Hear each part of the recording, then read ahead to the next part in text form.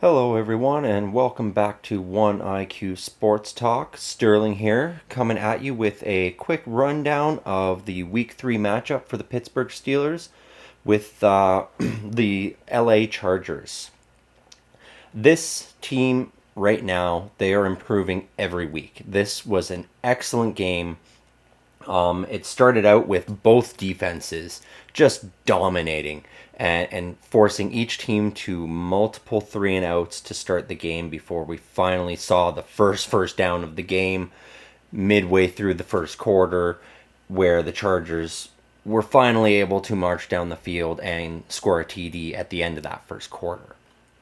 The Steelers offense then came out and just answered right back, keeping pace with Justin Herbert and those Chargers, as Fields went 10 for 10 for nearly 100 yards at the start of the game and drove down that field and answered with the TD of their own, as Justin Fields called his own number and ran it in for a rushing touchdown. Great to see. We know Justin Fields loves using his legs, so I was happy to see him able to get that there. And then, it was just a back and forth battle with these defenses. We knew coming in this week it was a battle of the number one and the number two for points allowed so far this year, and it didn't disappoint at all. The Chargers were able to add a field goal near the end of the second quarter, which gave them that 10-7 lead. The Steelers tried to pull even before halftime, but they put a hefty task on Chris Boswell there. He attempted a 62-yard field goal right as the half was winding down, but let's be real, 62 yards, that's a tough ask in a domed stadium, let alone in Heinz or Acrisure Stadium. That is a tough arena to kick in, and so I'm not surprised he missed that. But I mean, all in all, went into halftime 10-7 score. Both defenses were looking good. The offenses on both sides were able to move the ball a little bit still. But that's kind of where it ended for the Chargers. After that, the Steelers, they just slammed the door shut, this defense, on the Chargers. The Steelers were already one of the top defenses coming into this game. I think with this performance that they showed, and especially in the second half, they have solidified their place currently as the number one defense in the NFL today. They went out there in that second half and they held this Chargers team to -5 yards total.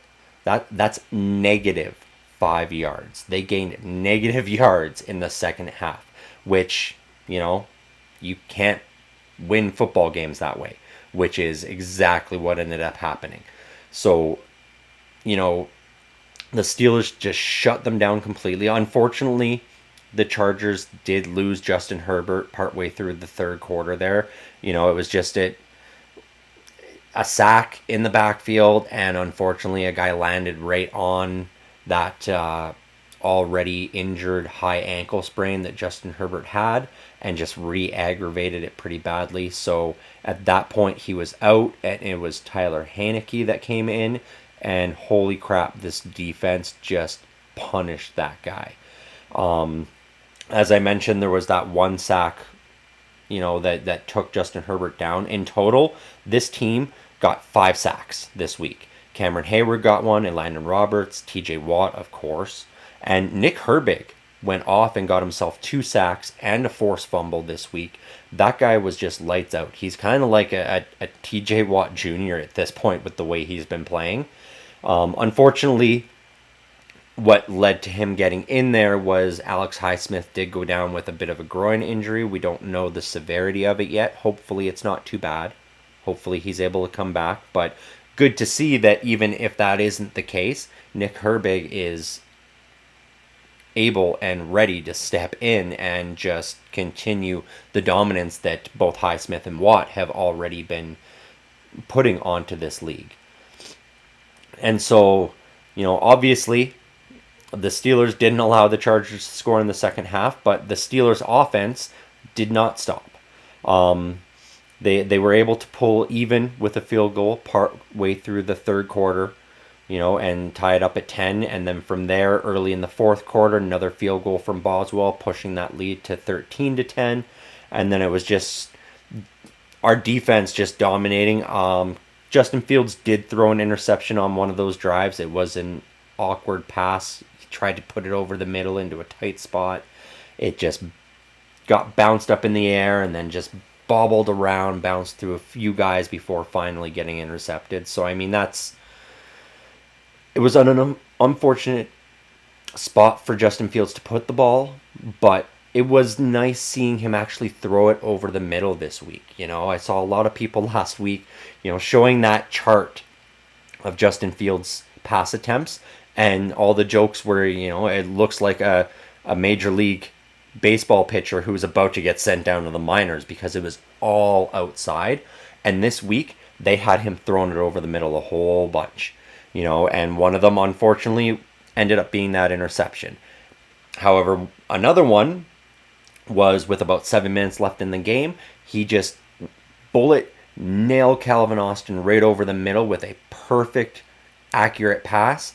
And Calvin Austin just took off down the field, as we know he's capable, being a speedster, and was able to go all the way for a 55-yard touchdown on that, which also marked the second longest touchdown pass in Justin Fields' career. So this team, I didn't think the defense was going to be able to get any better, but the defense got better. And then the offense is improving every week, which is just phenomenal. I said it last week that if Justin Fields keeps throwing these 120, 130 yard passing games, we're not going to be able to sustain this going forward. This week, Justin Fields ended 25 of 32 for 245 yards. So almost hit that 250 mark, which is beautiful. Got over that 200 mark, which is perfect. I'd love to see that. Had the one touchdown pass, the one interception, unfortunately, but also rushed the ball 6 times for only 6 yards, but got that touchdown himself as well. That 6 yards was just because he did suffer a few sacks, so he lost some yards there, obviously. The offense also, rushing the ball, it was, by committee again. 18 carries for Najee Harris at 70 yards, and Cordarrelle Patterson again getting 4 carries for 33 yards. Jaylen Warren was vastly underused again. He didn't look right out there. His running, he seemed to be just a little bit off. He only carried the ball 3 times for 5 yards. He had a couple of catches, but it was for negative yards. And Mike Tomlin ended up pulling him out of that game fairly early for that, just because it didn't seem like he was not performing, but almost like something physically was wrong. And so there's questions of maybe that hamstring is acting up again. And Mike Tomlin opted to just decide to sit him the rest of the game. And they're going to evaluate that this week and see what the issue is and go from there. Good to see that Patterson is able to step in and sort of fill that role. He's not as punishing as Harris and Warren, but he was able to break off a couple of good runs. And as I said, this running back by committee, up over 100 yards, which is perfect. Justin Fields over 200 yards, the rushing game over 100 yards. This is what this team needs to keep winning going forward and keep this defense from getting too exhausted. They also were able to hold that time of possession battle. They held it for 33 minutes, I believe, to set LA's 26. And so winning that battle is important too. That keeps the defense off the field, keeps them rested, keeps them healthy for when we get into this back half of the season where this schedule starts to get a lot scarier. So that's why it's good to be racking up these wins now, because I don't think they're going to be able to sustain this through December when we have that gauntlet schedule that we face through the middle and end of December. But on the receiving side of it, as I mentioned, Calvin Austin had a big catch for a touchdown. He had 4 receptions total this week. He was the leading receiver for this team in yards. He had 95 total. The leading pass catcher was George Pickens. He had 5 receptions for 57 yards this week. And Pat Freiermuth also added 4 more in there for 33 yards. So, I mean, Justin Fields is spreading the ball around well. 25 completions on his 32 attempts, as I mentioned. Spread it around to, I think it was 7 or maybe 8 different guys. It involved all the runners out of the backfield as well as multiple different receivers. I was a little disappointed we didn't get to see Roman Wilson this week. He did practice for the first week leading up. I did see a report earlier as to what that was. I just didn't have a chance to read it, so I'm not entirely sure why Mike Tomlin opted to hold him out still. It could just be because he hasn't had a lot of practice time. So he had a full week last week. If he gets another full week in this week, I think we could definitely see him next week when the Steelers face the Colts. Yeah, I mean, this was just, all in all, a great game for Pittsburgh. They got to that minimum of 20 points that I've been saying this team needs to be scoring in order to win a lot of games.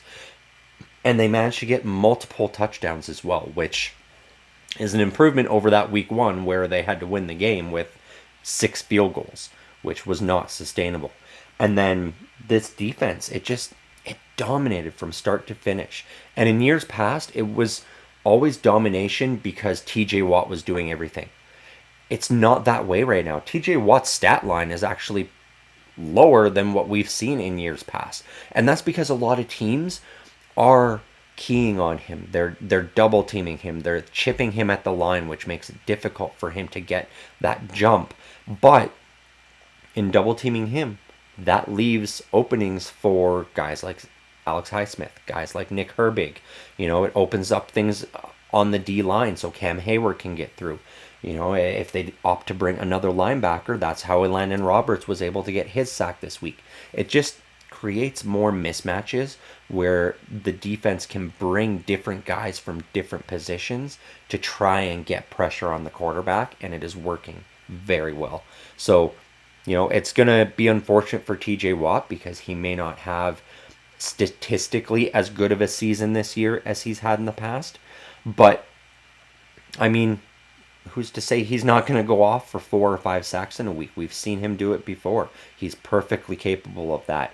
And eventually teams are going to stop double teaming him because they have to start focusing on all the other weapons we have on this defense. So this is just a great progression for this team from week 1 to week 3 here. If they can keep growing and building this way, then this team's going to be a force to be reckoned with. I know there's going to be some arguing they should be a top 5 team now because they're one of the few undefeateds left. I don't know if I'm ready to include them in that top 5 because there's still some work to be done, very obviously. And the coaching staff now has a huge task because they're going to have to definitively decide, is Justin Fields the guy going forward, or are they still going to give Russell Wilson that opportunity? For myself, the improvements that I've seen, that's enough for me. If he does it again in week 4 where he improves, doesn't throw an interception, still has that over 200 yards, if he can keep doing that, then this guy's our quarterback going forward. This was the question all offseason for this team, and it's been answered by Fields. It was a slow, rocky start, but he has started to find his confidence. He's throwing it over the middle. He is not shying away and just scrambling at the first hint of pressure. There's still some work to be done. I would love to see when he rolls out for him to set his feet again and take a look instead of just scrambling, throwing it away, running, whatever. But ultimately, we got the win this week and roll to a 3-0 record for the Pittsburgh Steelers. They have not started the season 3-0 since 2020. We can look ahead now to week 4, playing the Indianapolis Colts, which they have another strong running team. But this defense just shut down J.K. Dobbins, who up to this week was leading the league in rushing. He was just on fire, and this defense shut that down. And so hopefully they can look at Jonathan Taylor and do the exact same thing next week. This is what this team's been missing. They've been struggling on run D for the last few years, and here it is. They're shutting teams down. I'm happy to see it. This was just an excellent week for the Pittsburgh Steelers. Yeah, I don't have much else to say, guys. I covered everything. I was so happy. I don't have a whole lot of negatives to say. This is the first week where I wasn't really stressed throughout most of the game. It was brilliant. So yeah, that being said, it's a bit of a shorter one this week because I don't have a whole lot to rant about. But if you enjoyed this video, please hit that like and subscribe. If you want a little bit of information on the Colts, I'm sure Brendan talked about them a little bit in his video covering the Bears matchup this week. So please go check that out. Yeah, subscribe, guys. You know, you get updates on all the new stuff that we've got coming out. We've got content most days of the week coming out now. Plus, we still do our podcast on Saturdays. So please, you know, join us if you're enjoying this content.